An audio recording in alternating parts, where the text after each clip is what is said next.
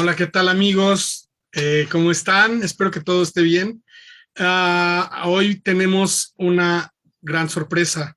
Es un amigo ya desde hace mucho tiempo. Ahorita contamos la historia. Lo conocí en Florida, en Frostproof, en el primer mundial de IDPA. Correcto. Y bueno, por cierto, fue un formato diferente, ¿no? Ahorita que nos cuente Rodrigo de quién fue la idea y cómo estuvo, pues justamente esa organización, aparte de irnos más para atrás y que Rodrigo Carvajal, costarricense, nos cuente su historia como tirador y lo que le ha tocado vivir. Rodrigo, buenas tardes, ¿cómo estás? Buenas tardes, Alberto. Muy bien, gracias a Dios. Un placer Pura estar por vida. acá con ustedes. Así es, pura vida. Rodrigo, pues como les decía a los amigos de aquí de México y bueno, nos ven en otros países, sin embargo, esto siempre lo hemos hecho para que se inspiren más mexicanos y vean y nos inspiremos de lo que ha pasado, ¿no? En otros países, ¿no? En tu caso, pues yo he visto pues parte de tu carrera, ¿no? He seguido tus pasos desde que nos conocimos y bueno, pues has evolucionado evidentemente, no solo como tirador, porque eres un tirador excelente, sino que también pues me he enterado ya cómo ha ido pasando el tema de las direcciones, ¿no? De cómo darle dirección al tiro práctico, en este caso en tu país. Pero bueno, queremos tocar ese tema, sin embargo, háblanos de ti y de cómo te inicias en el tiro así en general. Perfecto. Bueno, realmente empecé tarde. Eh, yo siempre fui a hacer deportes, pero nunca relacionados a las armas. Y por muchos años hice ciclismo. Y fue una combinación de cosas a donde calzó con que empezamos a construir la casa donde íbamos a vivir y entonces ya no tenía el tiempo para salir a entrenar en las madrugadas. Entonces tuve que dejar el ciclismo de lado y al pasarnos a vivir a la casa, pues pensamos en un arma para defensa. Y como Claro. ya no tenía hobby o deporte que hacer, dije, bueno, si vamos a comprar un arma, pues debe de haber algo que se pueda hacer de forma competitiva con las pistolas. Y entonces empecé a investigar y así fue como encontré que estaba empezando el IDPA acá en Costa Rica. Entonces me acerqué a la organización y empezamos a participar y de repente en cuestión de nada, pues estábamos creando una asociación de tiro y pues empezando a tratar de hacerlo más formal y de darle pues un poquito de empuje para que la gente entendiera de qué se trataba y que fuera creciendo ya como una asociación formal en el caso de IDPA en su momento, que era con lo que se empezó, o al menos con lo que empecé yo en el Tiro 2011, práctico, 2010, más o menos. claro. Porque IPSC ya existía, pero a partir del 2006 como que decayó y no hubo nada hasta el 2012 más o menos. Entonces en ese momento era IDPA lo que se estaba practicando. Sí, sí, sí, correcto. Por eso me lleva justamente a centrar un poquito más la conversación en torno del IDPA, aunque tú nos puedes contar la historia del IPSC, de lo que has vivido para acá, y siéntate libre de contar absolutamente todo lo que tú quieras, y de extenderte y explayarte. Pero fíjate que ahorita que mencionas 2010, pues sí van coincidiendo las cosas, digamos, que recuerdo, porque en 2009 yo estaba haciendo IDPA en un nacional que fue en Tulsa, Oklahoma, y ahí a quien conocí de IDPA, pues debes de saber que en ese entonces, si tú llegaste en 2010 y en el 2009 estaba Alberto Soto, y muy de la mano con Jorge Suárez, que sabemos ahí por ahí una historia que no vale la pena ahorita abundar en ello. Sin embargo, digamos que yo los primeros tiradores que conocí, digamos, de Costa Rica fue por ahí 2009. Tú llegas en 2010 y coinciden. Yo en 2010 no fui a nacionales, sino hasta 2011, que fui con Fausto Gerard, que lo conoces bien también, y a Fausto y a David Zavala, otro buen tirador, excelente tirador mexicano, ¿no? Entonces, esto ya nos sitúa justamente continuando tu historia en el 2011. ¿Cómo lo hiciste para del 2010 al 2011 ya ser Safety Officer Instructor y llegar, o bueno, por lo menos fuiste mi Range Officer en toda la competencia del Mundial?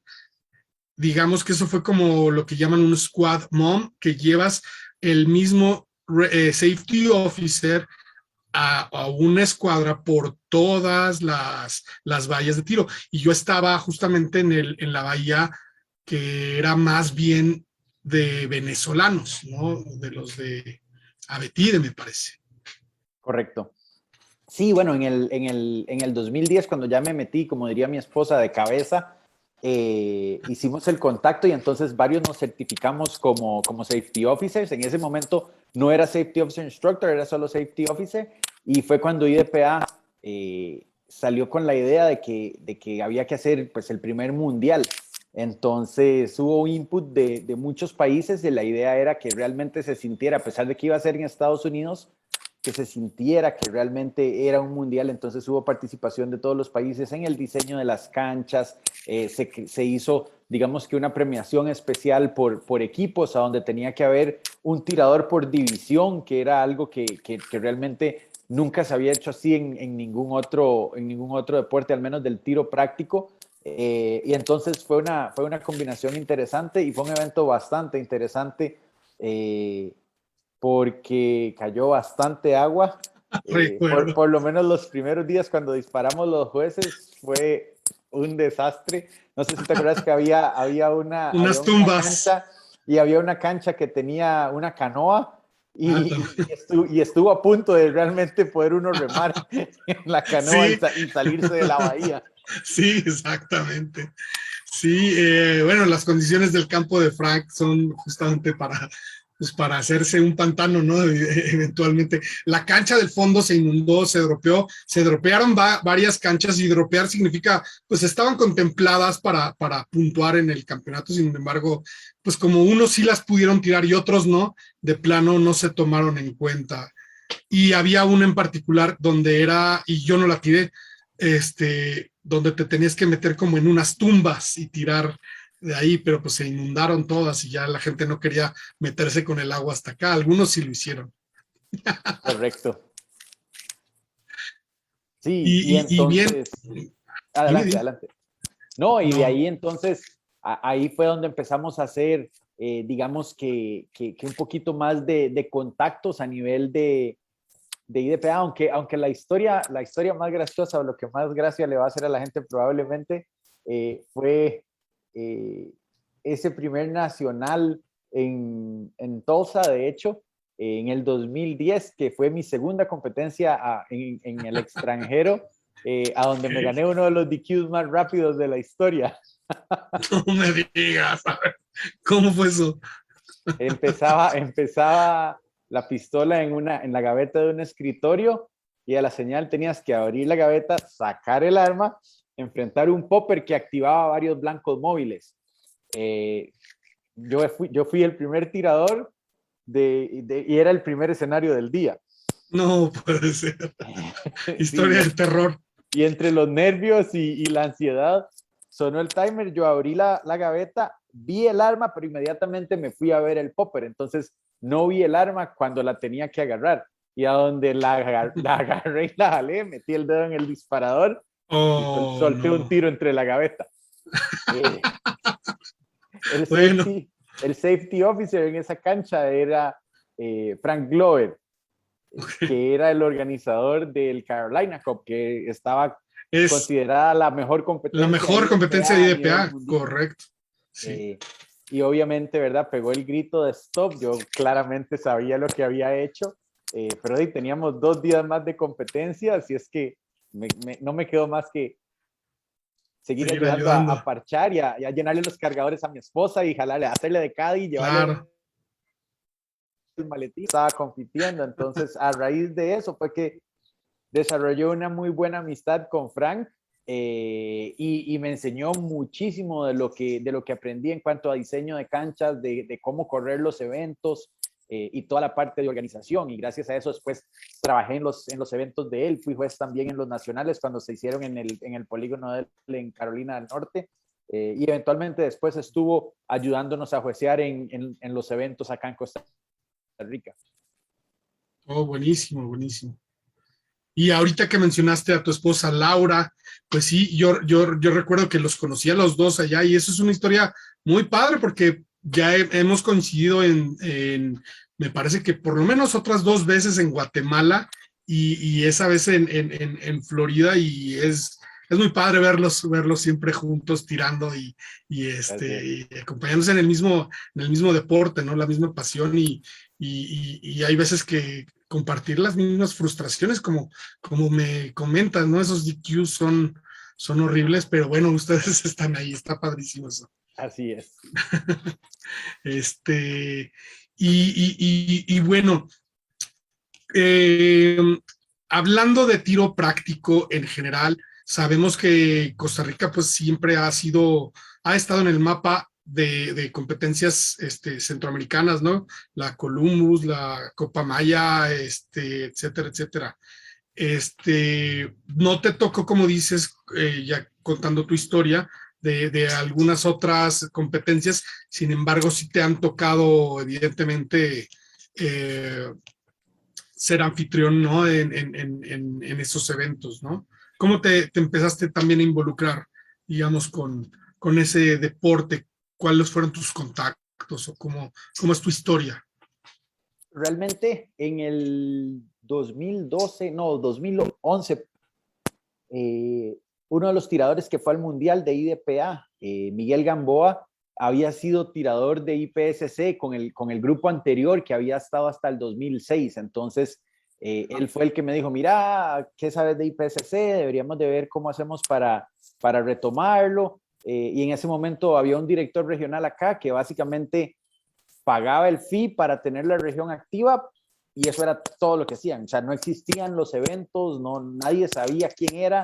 Y entonces lo contactamos y dijo, no, yo quiero, eventualmente voy a hacer algo y no hubo forma y fue creo que en el 2014 que finalmente logramos convencerlo de que dejara la dirección general y entonces la tomé yo provisionalmente y después hicimos votaciones y casualmente me eligieron a mí como director regional. Entonces, del 2012 al 2014, básicamente hacíamos IDPA e IPSC, aunque el IPSC, digamos que no estaba sancionado porque no teníamos esa guía, digamos, de la cabeza del director regional que estuviera haciendo su trabajo, pero bueno, eventualmente eso cambió. Claro. Y de ese momento en adelante hemos hecho elecciones cada 2 años y pues aquí seguimos al mando de la asociación que maneja las 2 disciplinas y pues haciéndolo crecer. Desgraciadamente con todo el tema de la pandemia, el deporte se ha visto afectado en muchos lugares, pero para el tamaño que tenemos nosotros en Costa Rica, donde hablamos de 5,5 millones de habitantes, estábamos teniendo pre-pandemia un evento mensual con alrededor de 60, 65 tiradores. Ahorita Sí, con todo el buenísimo. tema de la pandemia han caído y andamos alrededor de 40, 45, pero siempre gente nueva y es bonito ver cómo el deporte va evolucionando y hay siempre gente que ayuda y que se queda, hay otros que van y vienen, hay un grupito de fiebres que estamos ahí todos los fines de semana, entonces es bien interesante. Sí, oye, bien interesante lo que me estás contando, porque son muchas similitudes en la historia de Costa Rica y la de México, ¿no? Ahorita por lo que me contaste de cómo pasó eso. Pero fíjate que toqué este tema no para desviarme, sino para regresar y tener el contexto ahora de cómo estás de coordinador de área de IDPA también, ¿no? Ya digamos que contaste un poquito la historia del IPSC, que tienes algo que ver ahí, y también regresémonos ahora sí al deporte de IDPA con este cambio del reglamento y el cambio de muchas cosas. También déjame también un poquito abundar en el tema de este cambio, contar la historia un poquito de México y cómo entras tú. En su momento, cuando aquí en México teníamos el IDPA jalando con todo lo que daba, pues teníamos el reglamento anterior, ¿no? Todo de memoria, todos los classifiers que se hacían súper de memoria, sabías cuál string, etcétera, etcétera. Era una bonita rutina porque de cualquier manera te clasificaba y eso era muy importante para ir a nosotros a los nacionales ya pues a dar competencia, ¿no? Con quien nos tocara, no unclassified ni tampoco haciendo sandbagging, ¿no? Diciendo que eras marksman y estabas tirando mejor. O sea, en el nivel en que te tocaba competir. Y de repente cambia el reglamento, cambian muchas cosas, entra algo que se llamó el Tiger Team, y fue cuando yo empiezo un poquito a irme, a separarme. Y cuando regreso, bueno, lo último que me enteré, porque Fausto Gerard, cabe mencionar que se encargó ya en los últimos años de llevar en realidad el IDPA ya como a otro nivel. Yo lo dejé empezado jalando bien y todavía cuando Fausto entró, siempre me estuvo ayudando, pero cuando Fausto entró a tomar estas riendas, a pesar de que me decía, oye, van a hacer esto y van a hacer el otro, yo autorizaba y todo, estaba viendo, pero él lo llevaba. Y resulta que mochan la cabeza de todos los directores, de los coordinadores de área, entre ellos el de México, o sea, yo ya dejé de ser coordinador de área e incluso como no me recertifiqué, evidentemente en el nuevo reglamento, pues evidentemente ya no era ni Safety Officer y mucho menos Safety Officer Instructor, que era lo que he llevado. Y hoy por hoy, está bien y me parece perfecto, hoy por hoy tú eres coordinador de área de Costa Rica, pero también eres el contacto, a final de cuentas, como Safety Officer Instructor de toda el área, ¿correcto? De toda Así es. Latinoamérica. ¿Cómo fue? Cuéntanos. Igual después de esa relación que se desarrolló tras el primer mundial y los diferentes eventos, entonces ahí fue cuando ya obtuve el título, digamos, de Safety Officer Instructor para Latinoamérica, porque realmente era una necesidad que teníamos, especialmente con las dificultades con la barrera del idioma.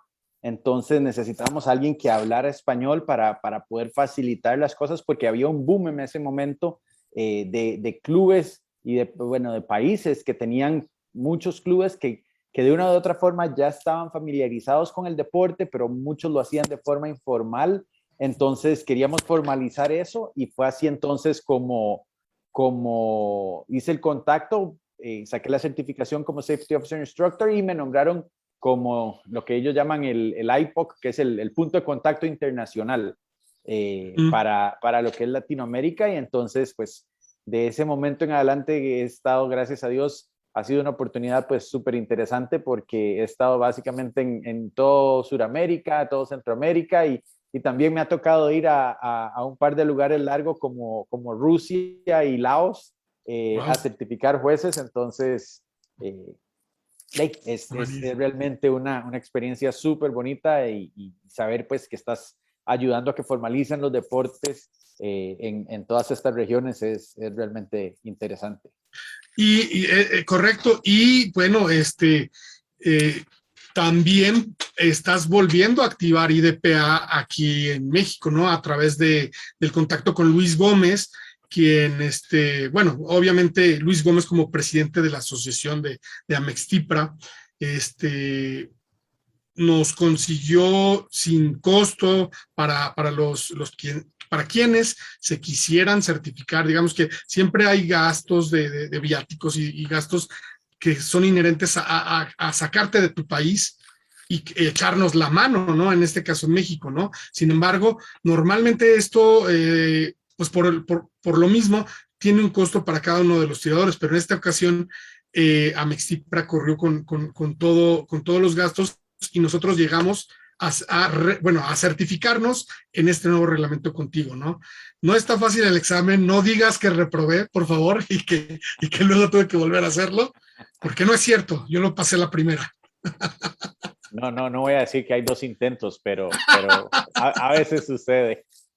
Así es. No, es complicado, es realmente parte de lo que yo he estado tratando de trabajar con IDPA, porque al ser el idioma oficial del deporte, el inglés, la prueba está solo en inglés y pues de una u otra forma tenemos que ver cómo tropicalizamos para poder hacerlo cuando el idioma es una barrera, ¿verdad? Entonces, Claro. yo he estado tratando de ver si se hace una versión en español, pero también entiendo la organización, ¿verdad? Dicen, bueno, si hacemos el de español, tenemos que hacer el de ruso y el de francés y el de checo y el de alemán y el de afrikaans. Entonces, se vuelve complicado. Y cuando haces eso, entonces de repente tener reglamentos en un montón de idiomas y la gente empieza a tener este reglamento en su propio idioma como el reglamento oficial. Y por más bien hechas que estén las traducciones, siempre hay cosas que se pierden. Entonces, por eso es que IDPA mantiene que el reglamento oficial y el idioma oficial es el inglés. Pero ahí nos las agenciamos Ah, siempre para ayudar con el tema del idioma. Entonces, yo traduje todos los exámenes y muchas veces entonces lo aplicamos en vez de en línea, lo aplicamos escrito en español y después lo hacemos en línea para poner las respuestas. En el caso de Laos, por ejemplo, fue una experiencia bastante interesante porque era un curso grande, eran más de 20 candidatos a safety officers.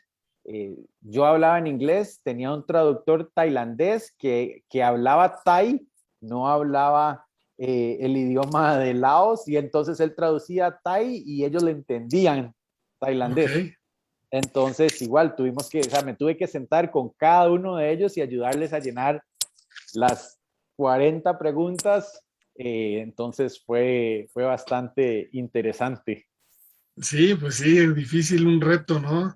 Acá, bueno, es que sí, es un poquito diferente digamos, la certificación de IPCC, de la de IDPA. De entrada, nos recibes con, esto no es un curso, o sea, este es un curso, pero no es una clase del reglamento, ¿no? O sea, no vamos a Sí, ver el reglamento, pa,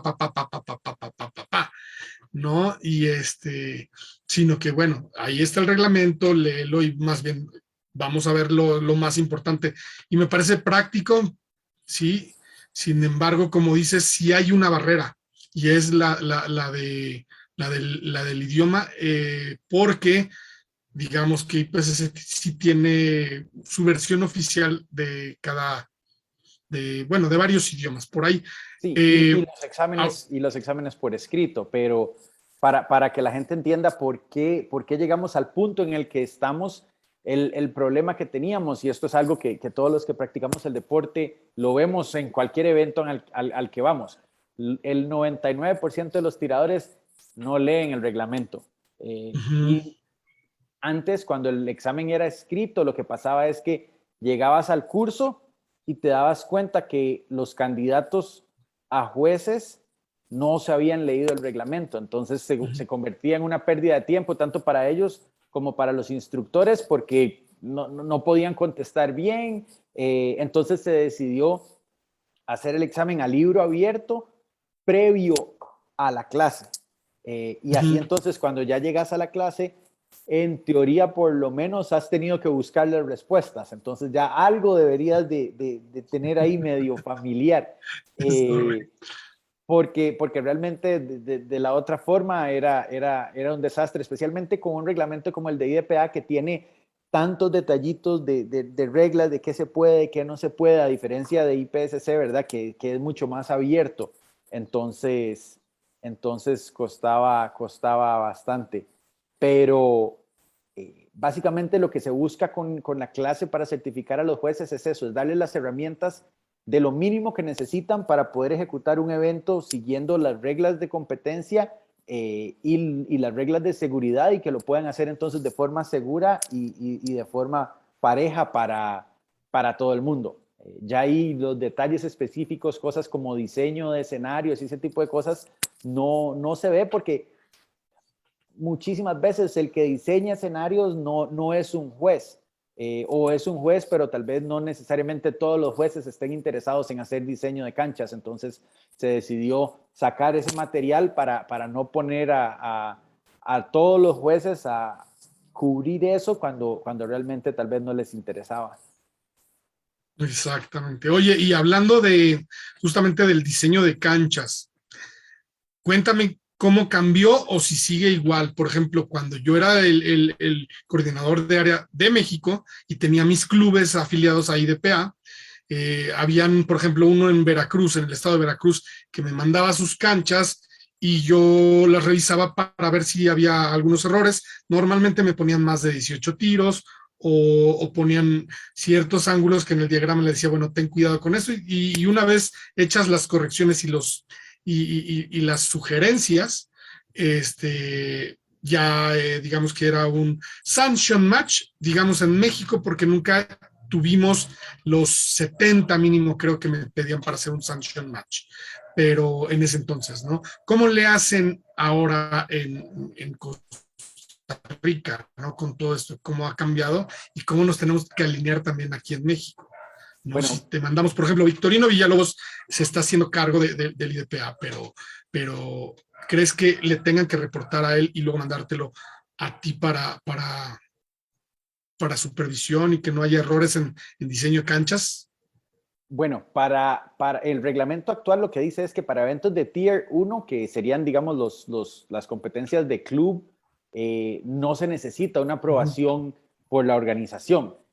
Cuando ya se habla de Tier 2 para arriba, ahí sí se tienen que enviar las canchas para que las revise el comité de diseño de canchas, pero casualmente estaba hablando hace unos días con Victorino y de nuevo, buscando ese nivel, digamos, para que las cosas se hagan de forma correcta, especialmente cuando los clubes son nuevos, que acordamos en que se los pasaran a él para que él los revise y él me los envía a mí, entonces yo le voy a ayudar dando esa guía.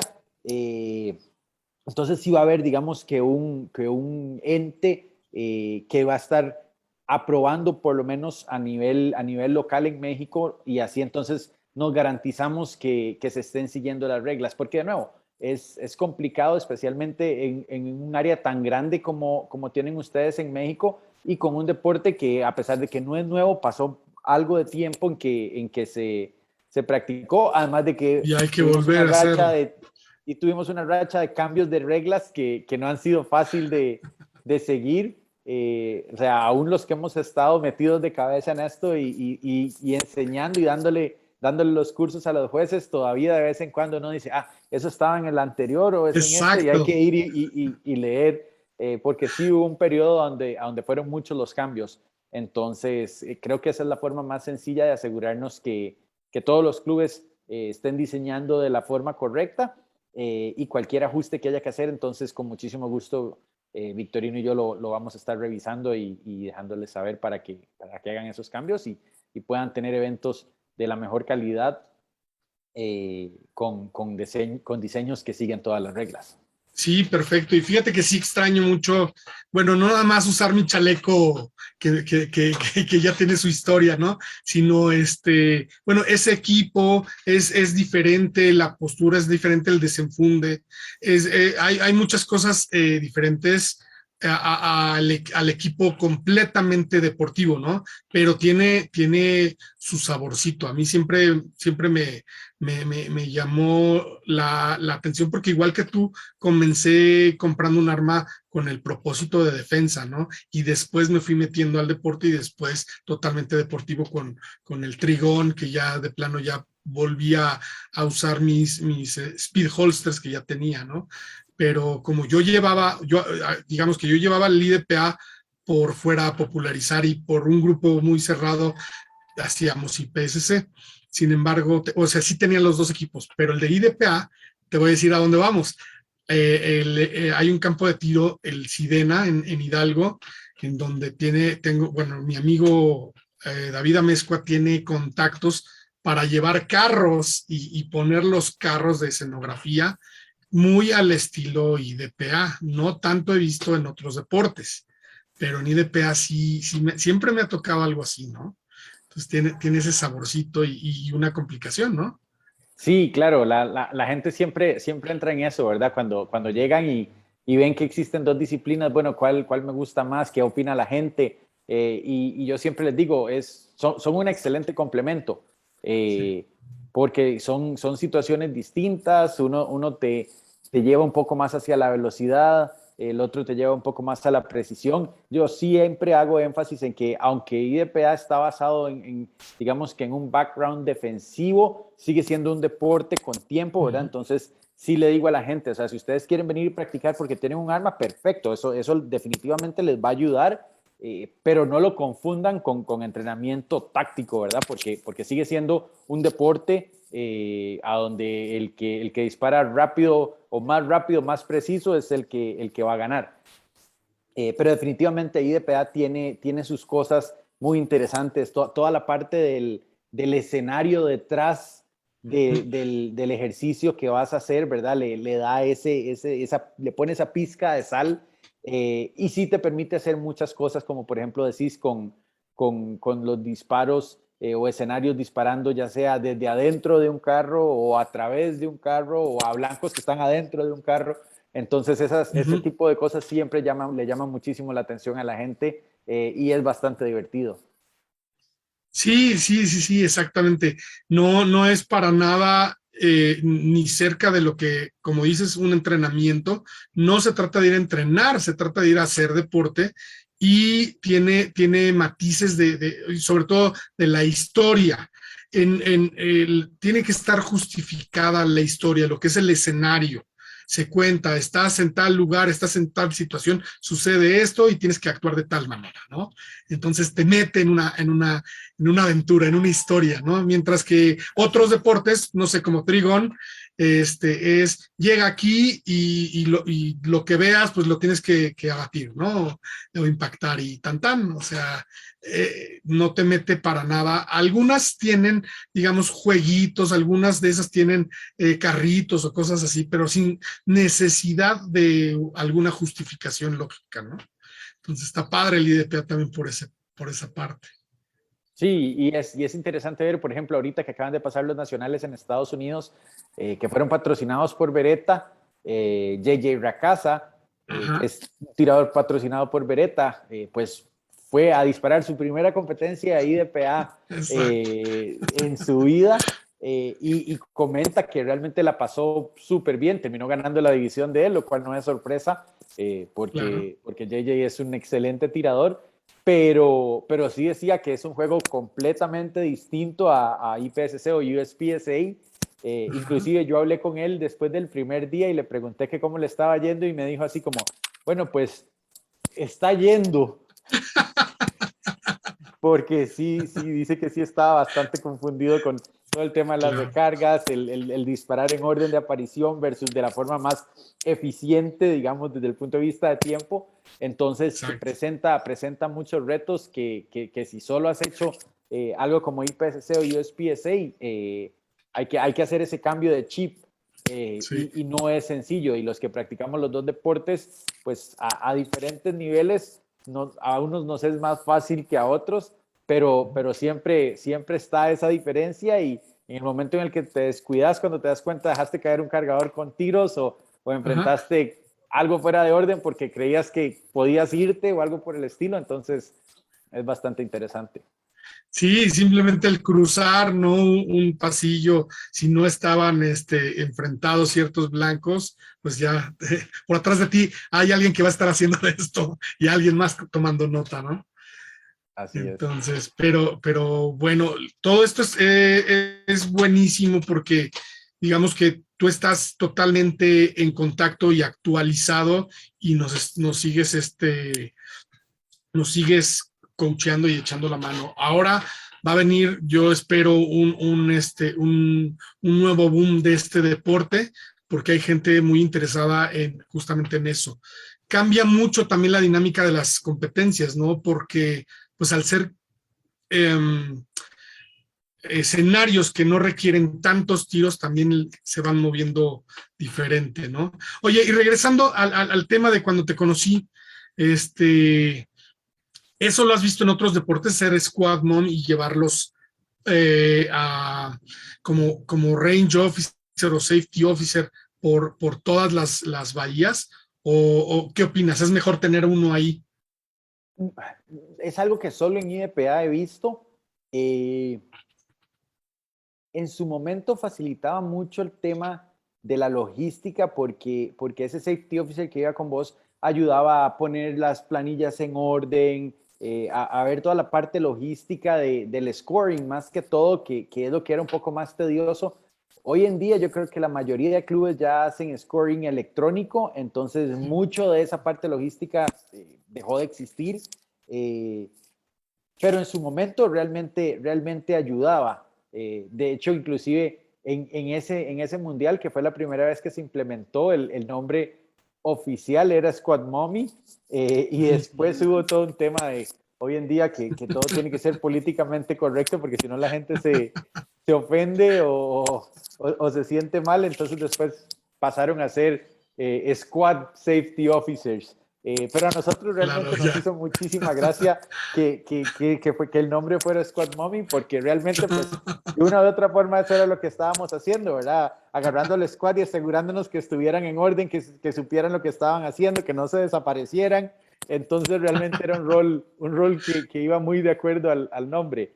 El detalle con eso es que tiene un requerimiento de jueces todavía mayor de lo que requiere una competencia grande. Entonces, en los países pequeños o clubes que están empezando se vuelve complicado porque a veces está uno solo con el timer y con la tableta y ayudando a parchar y a resetear, Sí, entonces claro. se vuelve complejo.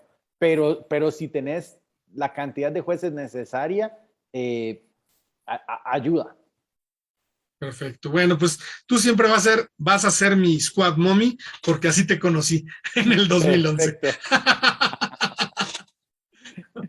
Oye, Rodrigo, y bueno, ¿cómo está el panorama ahora en Costa Rica? ¿No? Porque, bueno, en cuanto a IPCC, tenían pues unos eventos que finalmente, pues, no se pudieron hacer, ¿no? En este año. ¿Cómo pinta? Cuéntanos a nosotros cuándo vamos a poder ir a acompañarlos a su país. Esperamos que el próximo año ya el tema de la pandemia sigue siendo un issue, digamos que está bajo control, pero no al nivel que quisieran las autoridades. Entonces todavía tenemos ciertas limitaciones de tránsito basado en las placas de los vehículos. Entonces no se puede circular un día entre semana y los fines de semana las placas que terminan en número par circulan un día y las impares otro. Eh, pero fuera de eso, digamos que las cosas van mejorando.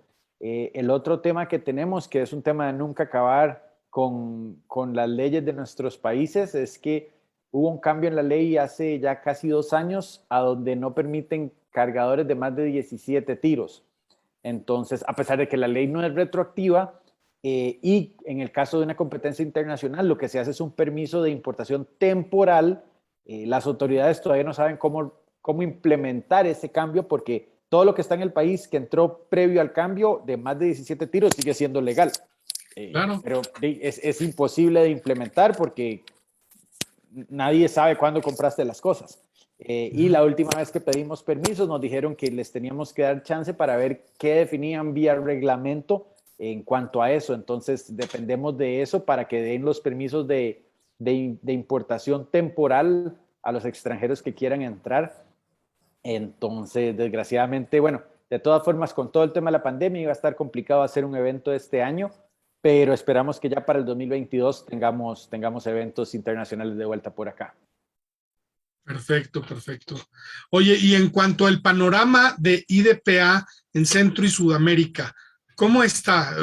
¿Han hecho alguna vez regionales? Porque yo ahí sí te confieso, estoy totalmente perdido, porque yo siempre vi mis competencias en Estados Unidos. Mi familia vive en Texas y de ahí conocí a Mike Webb y a varias personas pues que han sido parte de la historia que yo viví en IDPA, pero nunca, a pesar de que ayudé a Honduras y Honduras pudo ayudar así a varios, nunca me tocó ir a hacer IDPA en Centroamérica y Sudamérica. ¿Cómo está el panorama? Está, yo diría que se mantiene a un nivel similar, no ha tenido tanto auge como IPSC, por ejemplo. Ahorita estoy en conversaciones con un club en Chile que quieren empezar a hacer IDPA, entonces probablemente a principios del año entrante tengamos que estar por allá certificando jueces. Bueno, el próximo fin de semana voy para México a dar otro curso para jueces y yo creo que ya la primera competencia formal Sirena, justamente. Uh-huh. Entonces, por ese lado está. Hay muchos otros países a donde el IPSC ha tenido más fuerza, entonces digamos que no es tan grande la presencia de IDPA. En Argentina hay un grupo grande que lo practica, pero el resto de países el IPSC sigue siendo más fuerte. Entonces, el último evento grande que hubo fuera de Estados Unidos fue el Panamericano de IDPA en Puerto Rico en el 2015, que de hecho ese año iba a ser el Mundial en Puerto Rico y al final, por temas logísticos y demás, y decisiones de IDPA, no se hizo, entonces se hizo el Panamericano. Y en Puerto Rico pues siempre tiene la ventaja que los estadounidenses pueden viajar sin necesidad de sacar permisos más que algo local que pueden hacer por internet, y el resto de los países de Latinoamérica pues también pueden llegar bastante fácil. Entonces eso fue como lo último grande que se hizo a nivel latino. Bueno, pero vamos a hacer que los tiradores de México volteen a ver lo que se está haciendo allá para que igual si tú convocas algo o si sale algo, pues que haya mexicanos interesados en ir, así como pues si se organiza aquí también eventualmente algo, pues sería un honor, ¿no? Hay temas que siempre van a seguir tocando entre IPCC y DPA, que es el tema de las armas. Por eso digo, más vale estar estar al pendiente de lo que tú vayas marcando y nosotros te seguimos donde convoques. Trataremos de convocar también aquí a la gente y de motivar al llamado, ¿no? Espero claro, que... y esa es la parte más bonita de los deportes del tiro, ¿verdad? Que lo vemos clarísimo a los eventos que yo he estado en México por la limitación de calibres y demás. No importa cuánto lleguemos, siempre la amabilidad de ustedes en conseguirlos, la munición, las armas, pues es algo que se aprecia mucho. Igual cuando han venido a Costa Rica o a otros países a donde necesitan un arma de otros calibres, siempre la familia del tiro se pone a trabajar y conseguimos lo que requieran todos, ya sea en un lugar o en el otro, para que todos podamos disfrutar. Así es, se hace una bonita amistad, una hermandad y bueno, te repito, aquí estamos muy agradecidos por lo que estás haciendo, ¿no? Desde que, es más, desde que conocías a Fausto, que se hizo por ahí amistad y desde que lo apoyaste en ese momento al día de hoy, ¿no? Que nos sigues apoyando, ¿no? Y y bueno, pues con esto, pues lo que quiero dejarles a todos los tiradores mexicanos que puedan ver esta interesante entrevista es que pues sí, estamos trabajando con ahorita una autoridad que eres tú en cuanto a IDPA, estamos cerrando filas para que se haga de la manera correcta, de la manera coordinada, que no nos saltemos nunca asociaciones quienes llevan y que han demostrado que han llevado bien las cosas. En este caso me refiero a Mextipra, ¿no? Y toda la mesa directiva que ahorita está ahí, ¿no? Yo de ahí soy solamente como un asesor o algo así, no me acuerdo cómo me tienen en la asociación. Sin embargo, la mesa directiva es la que está trabajando sobre todo, ¿no? Ellos son los que realmente llevan toda esta parte para la FEMETI, ¿no? Yo en la FEMETI justamente me encargo de agarrar el nuevo reglamento de IDPA y de protegerlo para que no haya duda de que estamos haciendo un deporte, ¿no? En el momento que alguien diga, oye, pero es que tienes ahí un carro y es que tienes un chaleco y tienes el arma oculta, sí, pero es un reglamento deportivo y está federado y en la FEMETI está protegido como un reglamento deportivo, ¿no? Entonces, aparte de eso y de coordinar otras cosas con una comisión que también está repartida alrededor de la República, pero como te digo, el trabajar contigo de esta manera, pues nos da también certeza a todos y lo agradecemos mucho. Y No, es un bienvenido. placer. Muchísimas gracias y de nuevo en todo lo que les podamos ayudar, eh, tienen los contactos, entonces nada más estamos a un telefonazo de distancia y seguimos trabajando para que siga creciendo el deporte. Ok, perfecto. Pues bueno, muy interesante todo esto y sabes que esto da para otras entrevistas porque aparte vamos a tener un contacto muy continuo, ¿no? Entonces, si ahorita faltó preguntarte esto y que la gente me diga, oye, pero no le preguntaste, bueno, haremos una segunda parte eventualmente, a lo mejor para hablar de esto o de otras cosas, quién sabe, ¿no? Claro que ¿Qué sí. te parece? Buenísimo. Pues muchas gracias, Rodrigo. Salúdame mucho a tu esposa y y pues nada, bienvenido siempre a México y qué bien que pronto vas a estar aquí. A lo mejor te toca ver esta entrevista aquí en México. Perfecto, buenísimo. Bueno, pues muchas gracias. Amigos, yo me despido y les doy las gracias por este tiempo. Ya saben, Rodrigo Carvajal es el contacto de IDPA para llevar la coordinación en toda Latinoamérica y concretamente aquí en México lo va a llevar Victorino Villalobos. Tengan la certeza de que él va a estar trabajando de la mano con Rodrigo y pues cualquier cosa, si no les responden rápido, lo hacemos traer a Rodrigo para que venga y lo responda y que se pase unos días con nosotros. Perfecto, yo encantado. Perfecto, muchas gracias, Rodrigo. Listo, buenas tardes, saludos a todos por allá. Bueno, gracias. Chao, chao. Hasta luego, gracias.